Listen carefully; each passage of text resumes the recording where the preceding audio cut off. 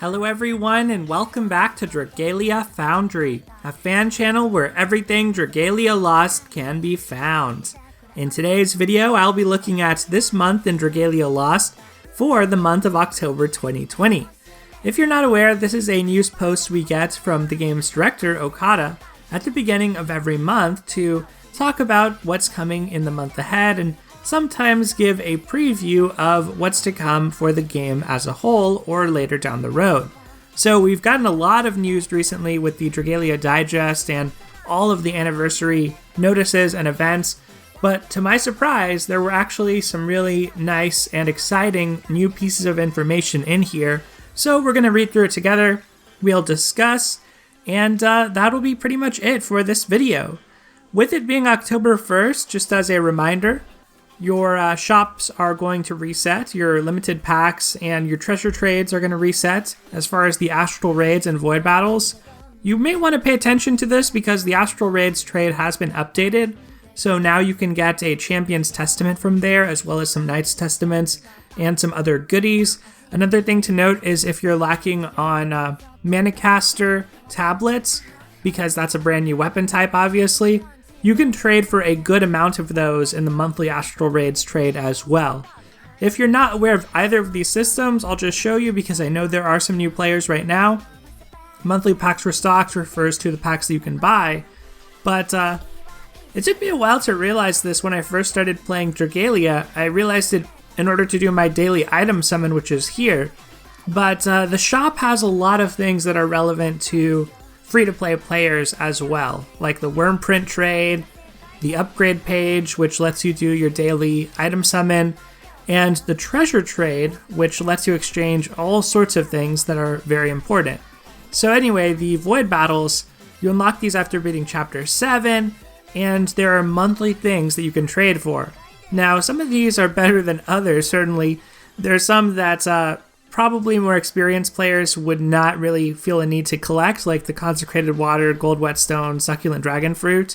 But when you're newer to the game, all of these materials are pretty valuable, so you can trade out any Void Leaves you get from quests for things from the shop, and at the end of when you've traded them all out, for example the rupees, like I've bought out all of the rupees, you can still get rupees and mana here at a good exchange rate, especially for the rupees. We need a ton of rupees right now.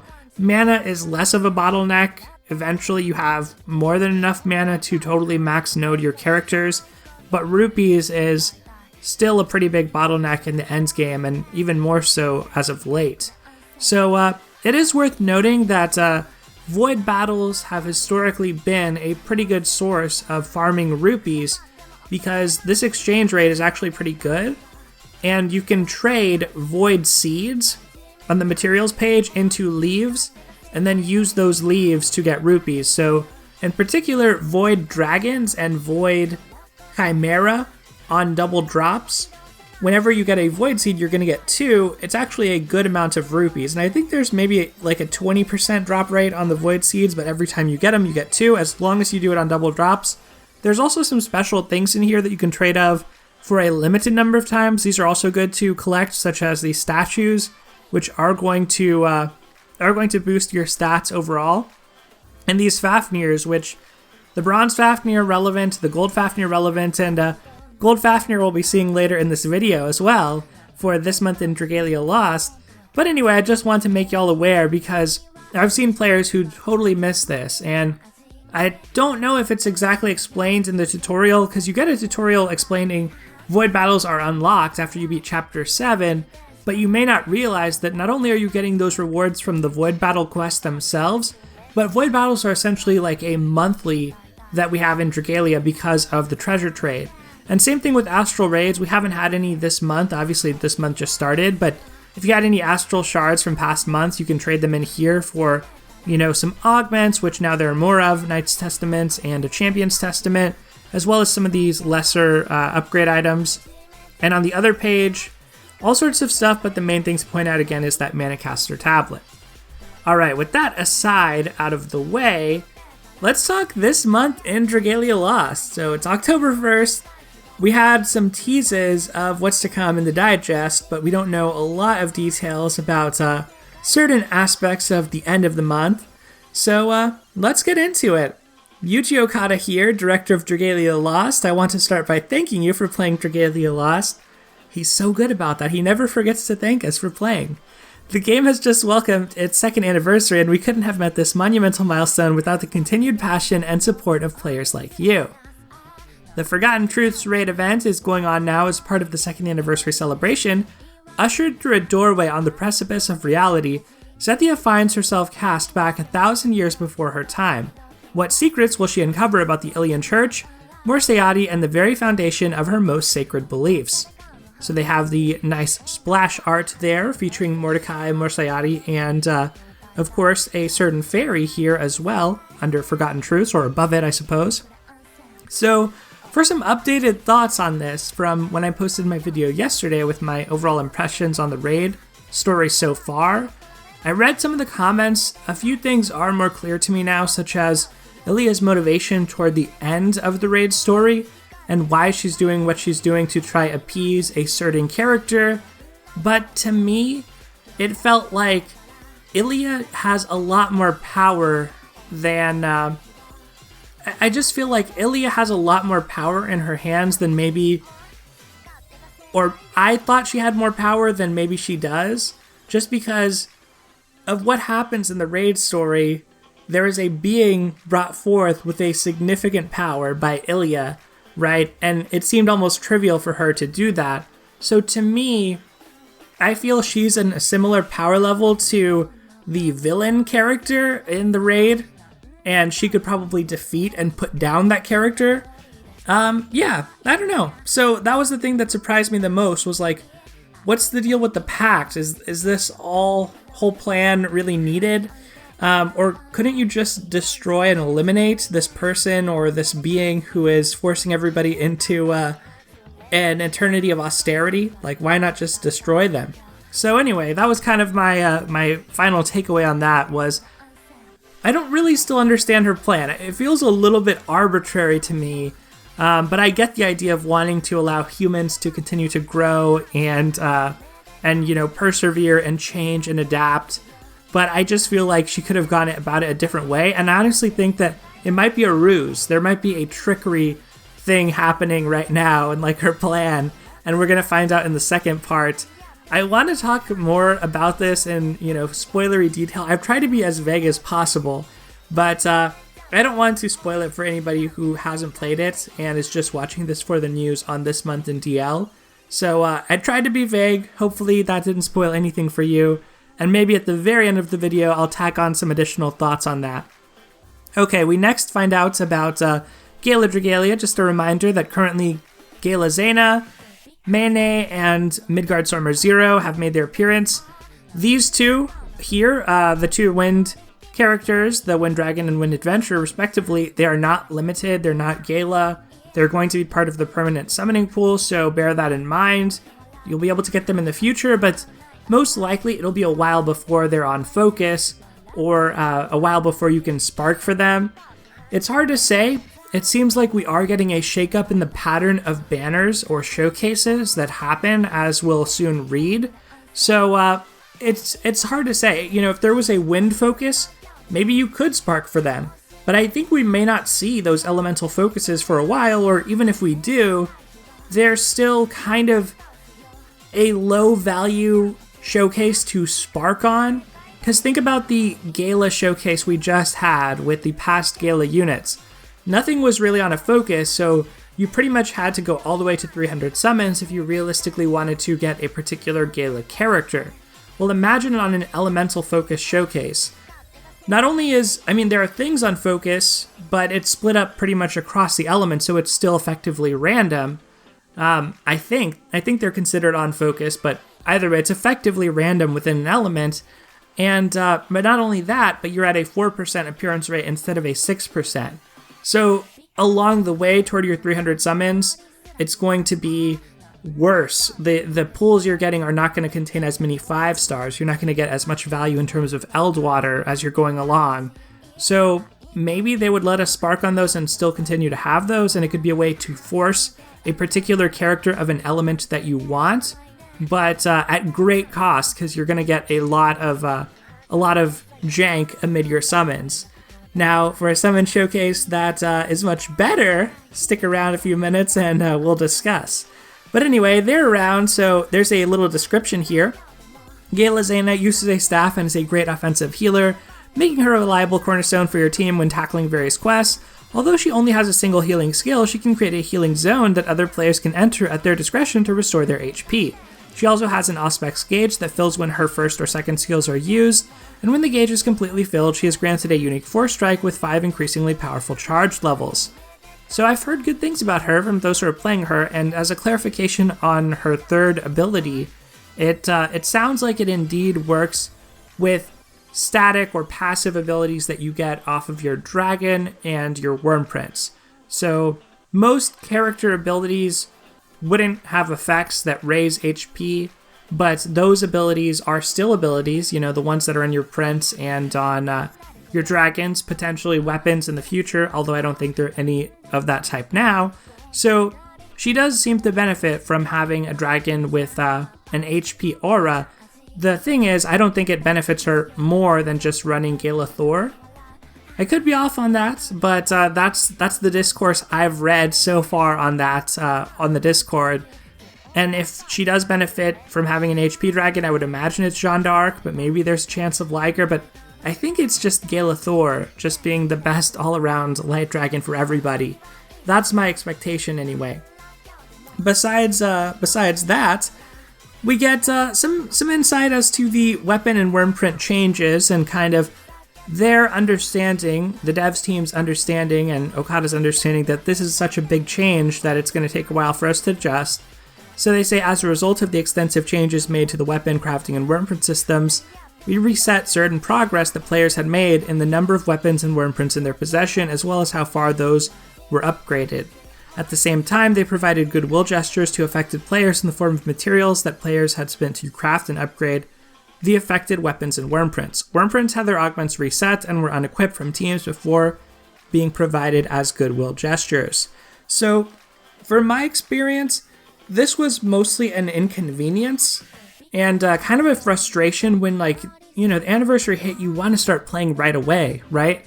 And all of a sudden, all of your teams are messed up, all of your history pages are gone because the new system, you have different worm prints, you have 5 or 4 worm print slots, so you have to re-equip everything, you have to re-augment all of your worm prints.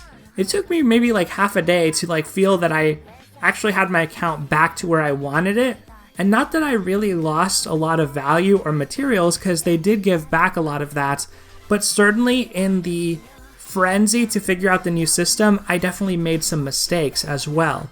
One of the things I did was a couple of my Chimera Tech weapons, I max unbound, not really understanding that I only needed 6 unbinds to get the High Dragon Bane effect on them, or 5 if I just wanted the weapon bonus. So that actually cost me a ton of materials that I could have used to unlock other weapon bonuses on my other Chimera weapons.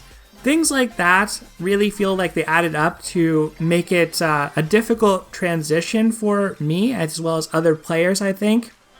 But they say, given how radically all of the moving parts of these systems have changed, it was virtually impossible to keep a player's teams exactly as they were after the update was implemented. In the short term, these changes mean that players may have to recraft certain weapons and have to re-equip worm prints to their teams, and we apologize for any inconvenience that this may cause. Please note that certain weapons no longer exist in 2.0, such as the collab weapons from Fire Emblem Heroes and the Monster Hunter events, but they can still be unlocked and used as weapon skins by upgrading other weapons. And frankly, I think they should have just treated the Mega Man weapons the same way.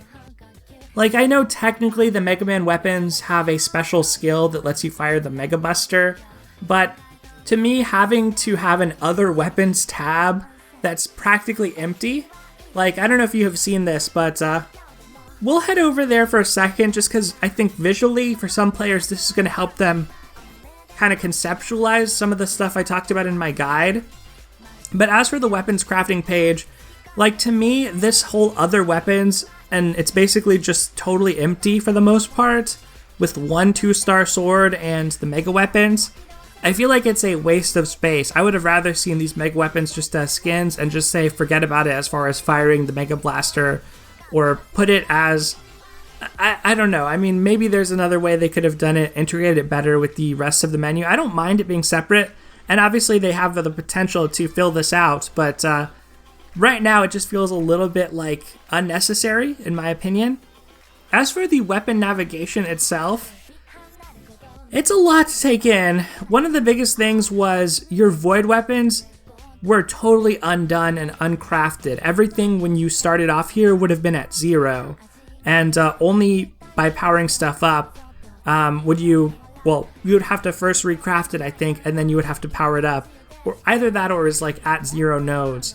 But this is the example I was going to give you of this Inferno Apogee. Like, this is another one, not a Chimera Tech example, but a void one where I completely unlocked everything, and it was totally unnecessary to do so. Like, going up to these full unbinds, I'm never going to use this weapon when I have stronger flame swords in my arsenal. The main thing I wanted to get out of this, and should have gotten, was just 6 unbinds here, only 1 ability, which would have been the High Dragon's Bane ability, and the weapon bonus, not even the slots, not the other 8 abilities. So I'll show you an example of one that I did more correctly on the bows page, because I have all of these unlocked. This is an example of what I would consider to be a minimum good investment that you want to do on your void weapons. 6 unbinds, it's refined, you have to do that to get past unbind to number 4.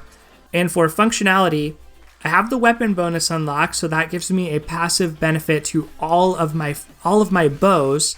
And then I have only 1 of the abilities unlocked. So if I click into the abilities, I click upgrade rather, you unlock the abilities one by one, and you don't have to do it in order. So normally the last one is the High Dragon's Bane effect.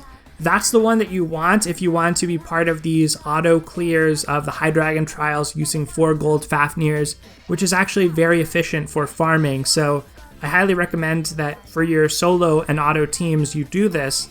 But yeah, it's moved to the front, and it's because I've already unlocked it, but this is Flame High Midgardstormer's Bane, and what this will do, if I go back a page, when I look at weapon abilities and go over to bows, for bows that are flame element, I'm going to do 30% extra damage to High Midgardstormer. It doesn't matter if I've equipped my flame bow character with the Agito weapon, they're still going to get this effect. So you can benefit from the high stats of an Agito weapon while getting this passive as well. That's the nice thing about the ability system. These ability unlocks that you do are global to the weapon type and I would say the element. I mean, technically the abilities are global, but they only apply if you're the same element because they have those types of conditionals in front of them. That's why there's like a little elemental icon on each. But besides that, the weapon bonuses, you can see here for the bows, this is my weapon of choice that I'm going to try specialize in. So for these void weapons, that weapon bonus, that is a passive stat boost, and in this case, it's not element restricted to all of your bows. So total out of the system right now, you can get an 18.5% boost to stats. The reason it's only 18.5% and not 22.5% is because 3 elements don't have the bonus available in the Agito weapons. I think the math is right on that, but yeah, the Agito weapons that don't have master difficulty at the time of recording wouldn't have a bonus available. But yeah, this is kind of the thing I would recommend is like try focus on one weapon at a time, because frankly, the rupee costs are extreme. And especially, we're going to get 3 Master Agitos pretty quickly. Well, let me show you something else that's really changed a lot with the update, and I still don't know if this is intended or this is a bug. I reached out to support to ask them. But in the old version of the game, if you want to know how much it costs to take a tier 1 Agito to a tier 2, and both of them would have been max and bound, like your tier 1 max and bound turns into a tier 2 max and bound. You don't have to do any unbinds on it. It costs 3 million rupees. Now, if you want to do that, first you have to pay a refine cost, and then on top of it, for every unbind, well, the unbinds total in cost to 30 million. It's 10 times or more than 10 times the amount. So all those players who back in the day were crafting every single Agito weapon and maxing it out, if you want to do that for Master Ciella when she comes out, you're paying 8 times 30 million, right? You're paying a lot. And then a couple weeks later, you're going to pay 8 times 30 million again for the twins, and then again for Tartarus. So I just feel like as a more casual player than the grinders out there, that's not realistic for me. Like I'm how am I even going to get 30 million for this? You know what I mean? Like, I don't even have that much money if I spent literally all of my honey on Avenue to Fortune, triple drop, or triple rupee. I still wouldn't have that much money. So, like, essentially going forward, I don't think it's going to be as fast or realistic to get tier 2 Agito weapons in every element unless this was a mistake, which is possible. And not only that, but when you want to get the weapon bonus, which I actually can't unlock because you have to have it, you have to have refined the weapon or gotten the weapon to 5 unbinds, which, I mean, I don't even have enough rupees to do 1 unbind because it costs 7.5 million. But anyway, basically all that to say, like, it used to be a lot easier to say, hey, I have all 8 of the Agito weapons in the flame element and they're all tier 2. I think it's going to be much harder to do that going forward. You're going to get the materials.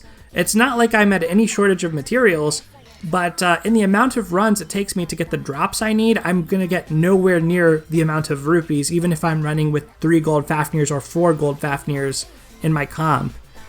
Yeah, so rupee inflation is very real. That's why I would suggest most players focus on like 1 to 2, maybe 3 weapon types for now that you really want weapons for. And if you're refreshing with your Wormites and Diamantium to play more, you're still going to have a lot of rupees to earn when you consider that 3 of the elements don't even have tier 2 weapons yet. So that's 120 million rupees per weapon type to get those to tier 2, and there's 8 weapon types, so I think the cap in the game for rupees right now is like 999 million. You're easily over 800 million just for that project, and then there's also the weapon bonuses to consider. I'll show you one weapon that I have at tier 2 so you can see what the weapon bonus cost is, but these cost 10 million as well. So when you think about that, I mean, it's a crazy amount of rupees that you have to pay nowadays. That's my biggest consideration as far as the version update is like, it reminds me back in the day with the weapon dojos. It used to be that progression was very slow and steady. Like, you grinded, but you did your dailies. You maybe spent some stamina when there was double drops and stuff using honey. You did your weeklies for iDragon trials. And eventually you would get one character, like only one character in your collection would be built out enough with like level 16 dojos on their weapon type and their elemental altars were maxed, and you had the right gear for that one character to where you could use that character in co-op. This is a similar level of sluggish, slow progression. Not to say that we're not already strong enough for all current content, but when you think about future content as far as preparing your characters for harder difficulty, like, it could easily take you that long. And so I would suggest pacing yourself. Like, focus on one weapon type at a time. The void weapons you unlock in that weapon type are going to help you, and the Chimera Tech are going to help you boost the stats when you get the weapon bonus on that weapon type, and then play that weapon type for co-op for harder difficulty content. And otherwise, hopefully for solo, your stats from your dojos and your altars, things that you probably worked on before version 2.0, are enough to sort of get you by in solo, since it is a little bit easier. Okay, that's our weapon tangent. Let's continue on. We understand that these changes are numerous and a lot to take in at once, but we believe that they will benefit the game in the long run. Weapon crafting progression is now more streamlined and easier to understand, and Wyrmprints now provide a greater level of flexibility and customization in team building. We've paired these quality of life changes with revisions to adventure and quest balance, and we hope it all adds up to produce an even more enjoyable experience for players. Let's see if we missed anything. We didn't. So they mentioned the Wyrmprints here too. That's another thing that takes a while to relearn, and honestly it just takes a while to equip 5 worm prints onto each character on your team for things like solo, or even 1 character for co-op, or maybe 2, because often in co-op, if you only have 2 players, you're going to fire a room with your AI as well. But they acknowledge the worm prints a little bit more later. The thing I want to mention on this is more so the game balance stuff that they talked about. I have had a lot more fun in co-op since version 2.0. I finally started playing the Twins Wrath Agito Uprising battle in co-op, and it was a blast. Like, it goes down pretty easily. It's consistent. It feels like regardless of who I was playing with, I could get clears, or even if I didn't get clears, it was close, or there weren't a lot of issues taking place. Like, that's been my biggest aversion to co-op.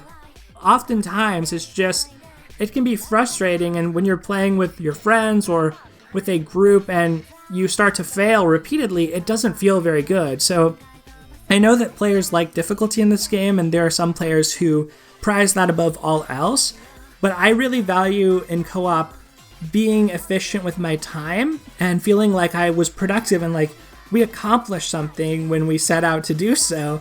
And that's been a very positive change for me. The rebalancing as a whole has made it easier, but I don't see it as a bad thing. It feels kind of satisfying as well, just because we're not used to having the level of power that we do now.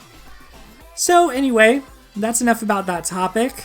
Let's move on to regarding the overhauled appearance for 3D models. So as players have no doubt noticed, we have implemented a fresh look for Adventures and Dragons, bringing the 3D models even closer to their illustrations. We're not done tweaking though, and we plan to adjust some aspects of the graphics, such as the strength of shadows, until the presentation is right where we want it. Look forward to more details in a separate notification. That sounds good to me. I would say, on the whole, I've been very positive on the changes.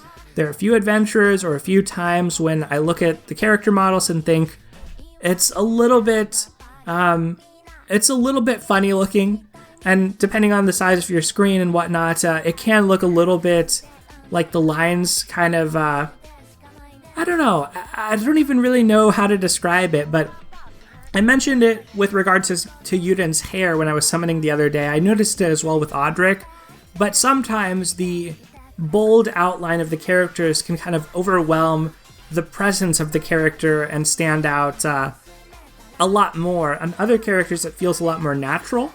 So I'm happy to hear they're going to continue working on it and tweaking it. Hopefully that will bring it to a level where some of the players who were less satisfied with it are pretty confident and comfortable with it. Okay, now we get into the good stuff. Plans for this month. So you can see somebody peeking their head up down there, but we'll get to that pretty soon. So starting at 1 a.m. in my time zone on October 5th, 2020, additional story content and difficulty levels for the second half of the Forgotten Truths raid event will unlock. For this event, Omega Level 3 will be added, and this new difficulty level will be quite the struggle to overcome. So, nice, we're getting Omega Level 3. If Omega Level 2 was just okay for you and not hard enough, Omega Level 3 will hopefully give you that challenge that you value so much in raid battles.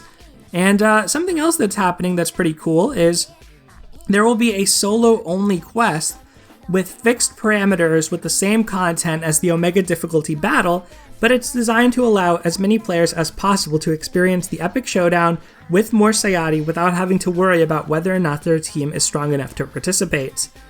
The battle with Mor Sayadi will have 4 phases, and in each phase the boss will change appearance and use different attacks.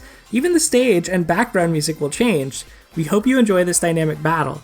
Now that sounds fitting of the anniversary raid, right? Because last year, when we got Fractured Futures, it was pretty much the first time that we had 2 different raid bosses. Regular Kronos and Kronos Nyx played super differently, and it was kind of a shock and an exciting thing to fight Nyx for the first time after seeing Kronos.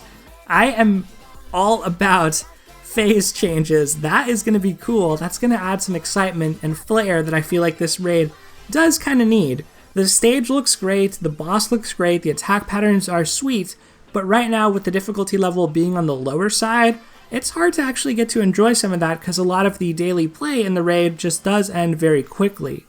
So yeah, I'm looking forward to this. Interesting that they mentioned the boss battle with Mor Sayadi.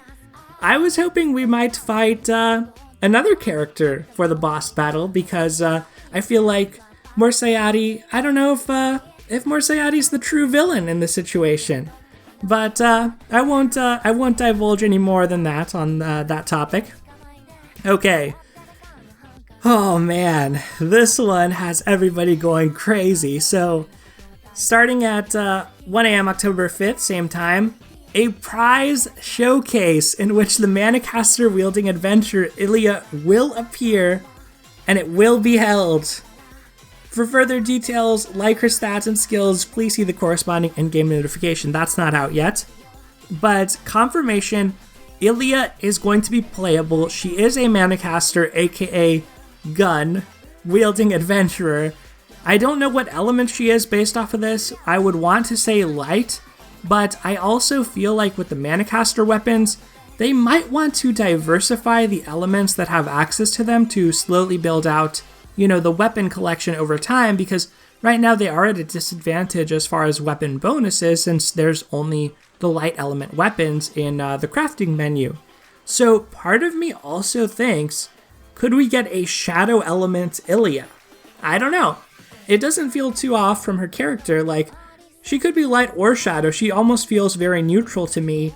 So I'm happy. I'm excited. She looks so good.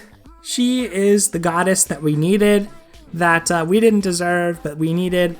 I really like how she is in the story. It's a really cool revelation that this is Ilia and not the austere goddess that we thought, or that was portrayed through, the statues and the mythos around her. I like that she's just a regular person at some level. And yeah, I'm definitely excited. I want to try summon her probably more than anything on the current banner.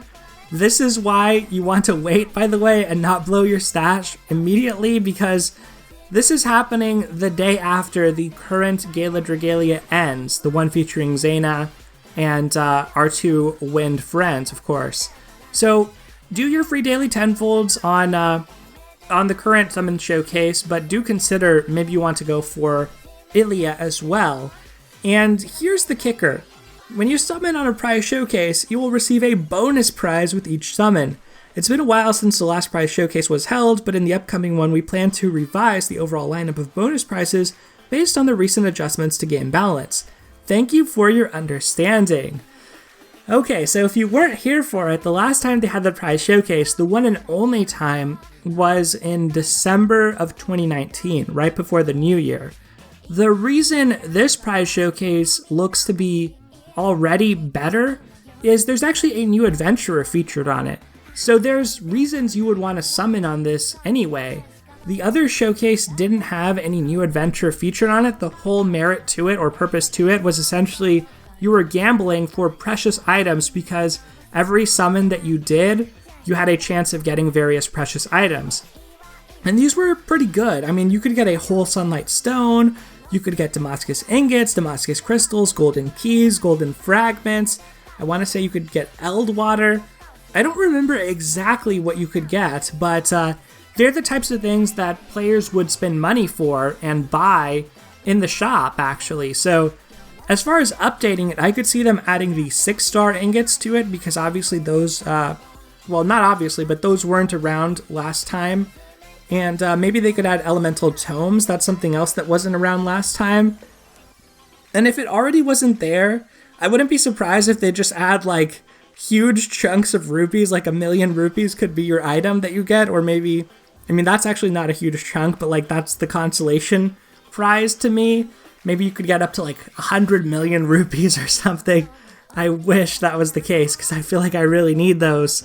But yeah, this is a great time to summon, and we're going to get our free tenfolds on it, remember. So there are going to be some players who totally go all out on this, because especially if you're free to play, some of those items are harder to get. And I would respect that decision. I want to see exactly what the drops are. But yeah, that does seem like a really good possibility. And Ilia herself, I mean, I just want to summon her anyway. So if I have to spark her on the showcase, luckily I have enough resources left from my summoning for Cerise that I would consider doing that. I might decide not to go for Mayne or Midgardstormer Zero after all on Gala Zena's banner. Well, that's pretty much it for the prize showcase. That is going to be really hype.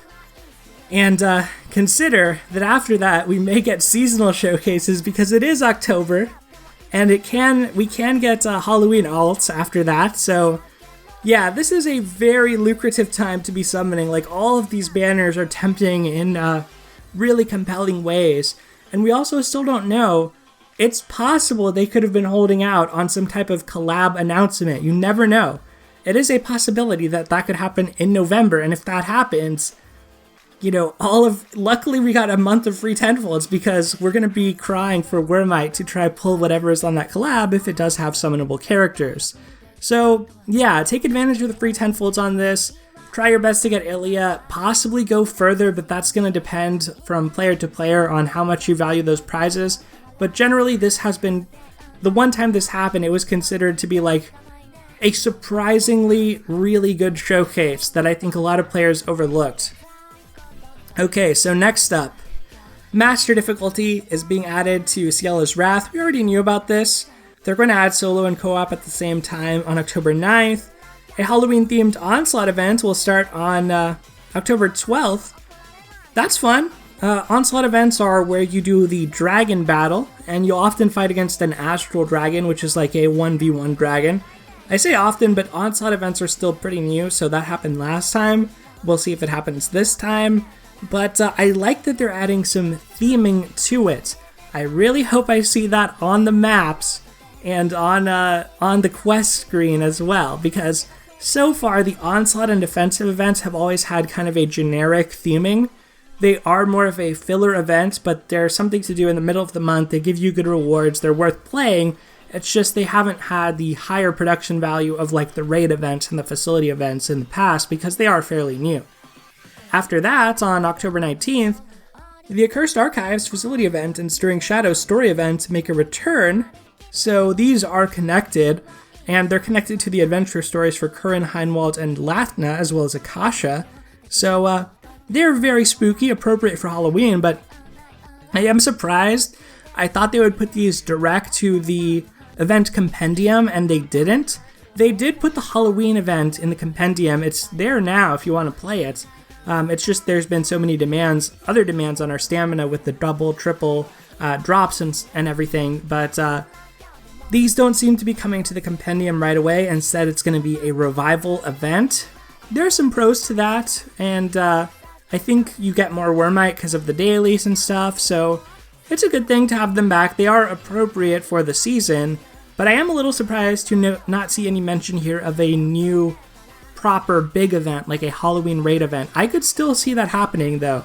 Sometimes they don't announce things like that, but they happen very late in the month. Otherwise, for the month, they say we're going to get Chapter 16 of the main campaign on October 22nd. As revealed in the latest episode of Dragalia Digest, a new main campaign chapter will be added every 2 months, similar to what we had for the past year of Dragalia Lost. And in Chapter 16, the prince and friends set out for a destination due north of Alberia, but who or what is the driving force behind this decision? Even Alberia has begun to change. What's more, a new adventurer will join you in Chapter 16. Who, you ask? You'll just have to play to find out. Alright, so I know where everybody's money is. It's on Leonidas. Leonidas has been making some appearances in the interludes. We all think that he could be a really cool flame gunner. He deals in alchemy. He deals in the Phobos and Deimos power-ups for fiends and his soldiers. I think he could be a cool flame gunner. Honestly, whoever joins us, I think it's going to be a gunner or manicaster character, just because if you notice the main cast, as far as the free characters we get from the story, they have made it so that you get one of every weapon type. I think. I think it covers one of every weapon type. You start off with Yuden, who's a sword. You get Elisan, who's a lance. Ronzel, who is a blade. Cleo, who is a staff.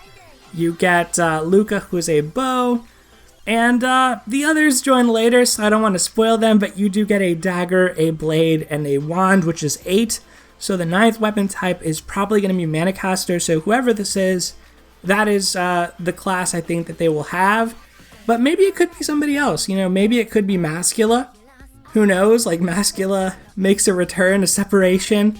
I feel like he would be a pretty good Manicaster in his own right, or just some other character. Like, there are some characters who are tangential to the story, but have more significance than your random adventurers who sometimes do appear in the story. So I'm thinking of like Patia, Leaf, Cerise.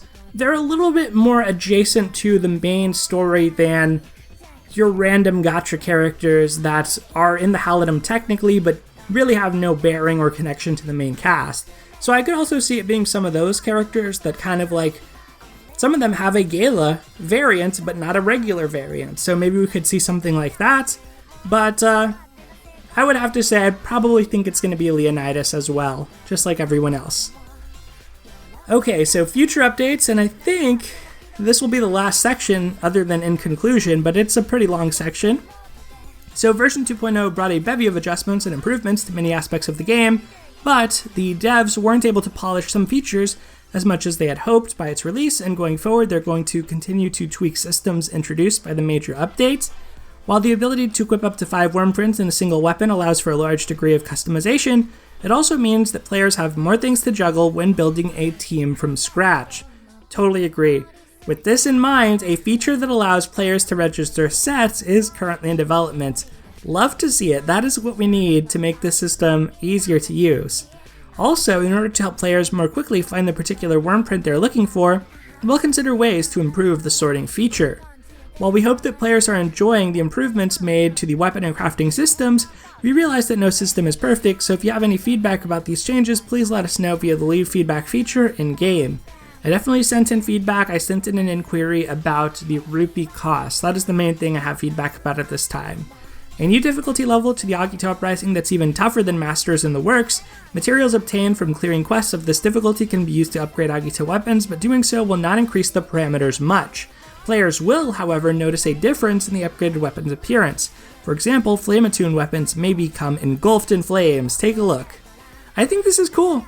Cosmetic, it's something to flex. You get a little bit of stats, but this is the type of collectible that players wanted. I've talked to players who wanted pets.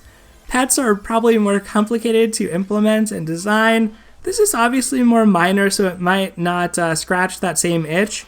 But for the players who like to grind and play repeatedly, this is a nice cosmetic reward for them to get to max out their collections. There are plenty of players out there who, despite what I said about how expensive the weapon bonuses are and everything like that, there are plenty of players out there who have maxed out the weapon bonuses totally. They've already consumed all of the content as of the version update. There just are people who enjoy this game to that degree and like playing it in that manner, that want this type of content, I would assume, to continue playing. And I do feel like there is an intersection between those players and players who like hard difficulty. So hopefully that gives them something that they find satisfying. This really isn't for me. I mean, I'll probably do it. I do think it looks cool. But as far as like grinding all of these out, I'm going to do it very slowly over time.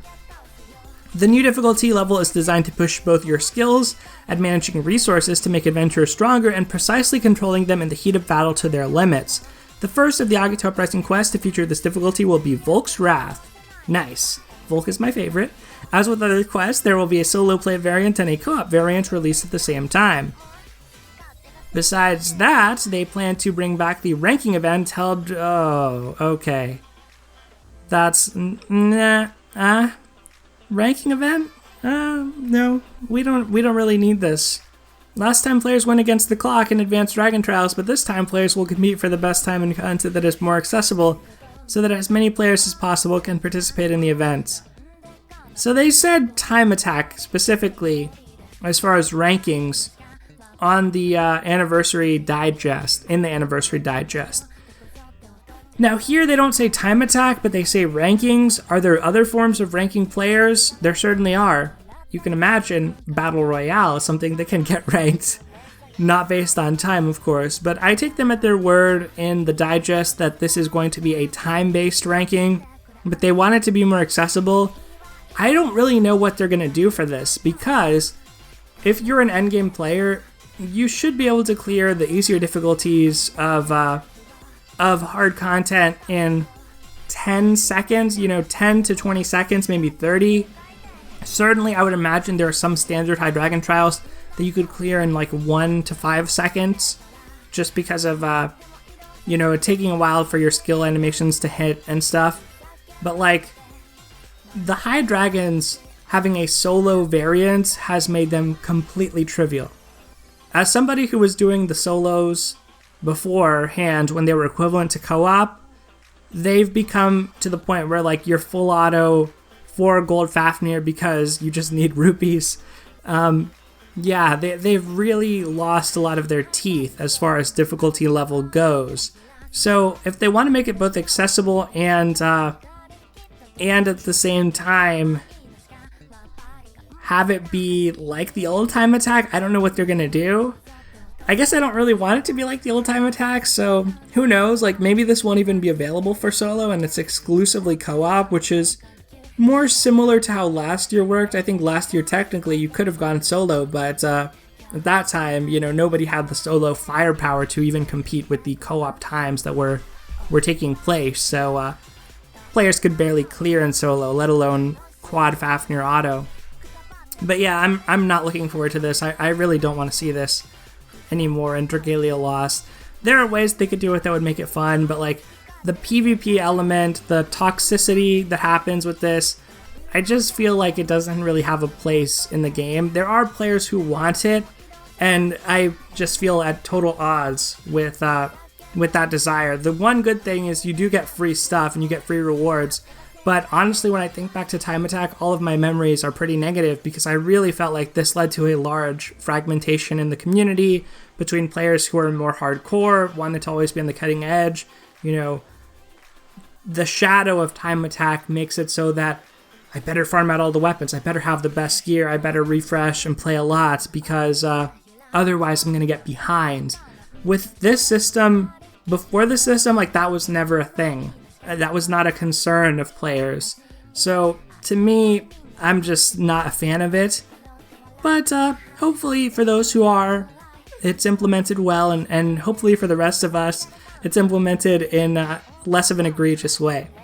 So continuing on, as the Season 0 subtitle of the Iberian Battle Royale suggests, this is just the beginning for the latest game mode. We plan to add new features and provide continuous updates as time goes on. This mode is cool. Like, this is how I feel like a competitive mode in Dragalia makes sense and should work.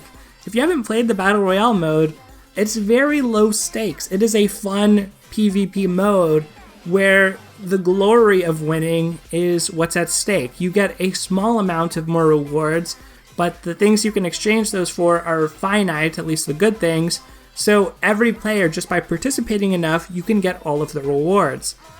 I know it's, for some players, not competitive enough, but to me, that is how I like to see Dragalia do PvP content.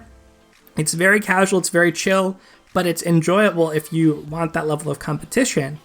So as for what's coming next, at the moment they have plans for new skill tokens, new map mechanics, and a feature that allows players to unlock skins of adventures in their roster, and a feature that allows players to use weapon skins. I was going to say, I got lost there, skins of used weapon skins, but yeah, that's pretty sweet. They added the skins for a couple of characters like Gala, Zena to it with the new event. I think they added Mordecai as well to the treasure trade for this event, and it's ongoing, it's all months. You have plenty of time to collect the rewards from it, and it's totally free, like you can play it at any time. I feel like this is implemented very well, and I'm excited to see where it goes in the future. Next up, new high difficulty quests are in development. These new quests are designed to succeed advanced dragon trials, and the Agito uprising and difficulty progression will provide more details over time, so stay tuned to this month in Dragalia Lost. I think everybody expects this to come. I'm thinking it's probably the sibling fights. That's where I would have to guess they're going, but I think there's still that possibility, as I mentioned in my second anniversary predictions video, of something like Archangel fights, or maybe fights with some of the other Worm Clan leaders in Hinamoto, since we only know of 4 of them so far. 3 we've seen and 1 we've heard reference to. So I think whatever they do with that, by the time it comes out, I'm expecting it to be like maybe December or January. Further new information will be provided in early November. Be sure to stay up to date with the latest news by checking the in-game notifications and our official Twitter. In conclusion, thank you again for your support and especially your patience during the massive changes that accompanied the release of version 2.0. We understand that many players feel overwhelmed by the size and scale of what has changed, but we hope that over time the adjustments and improvements will speak for themselves.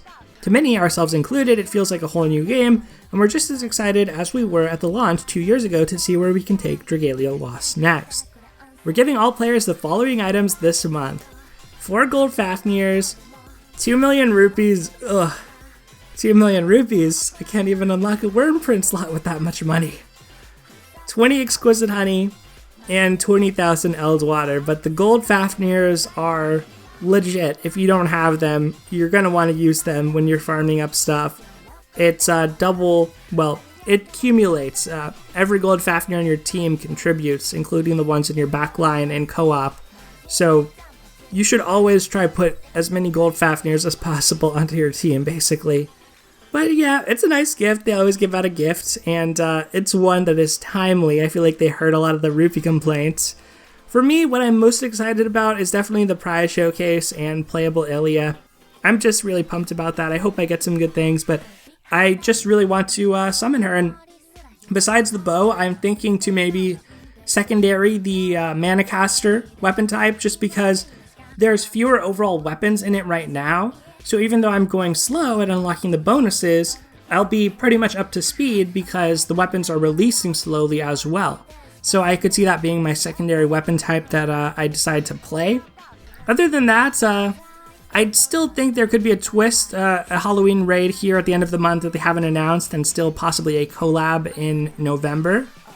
But that's pretty much going to do it for this month in Dragalia Lost. So stick around if you want to hear some additional impressions on Forgotten Truths that are more in a spoilery territory, things I was alluding to earlier in the video.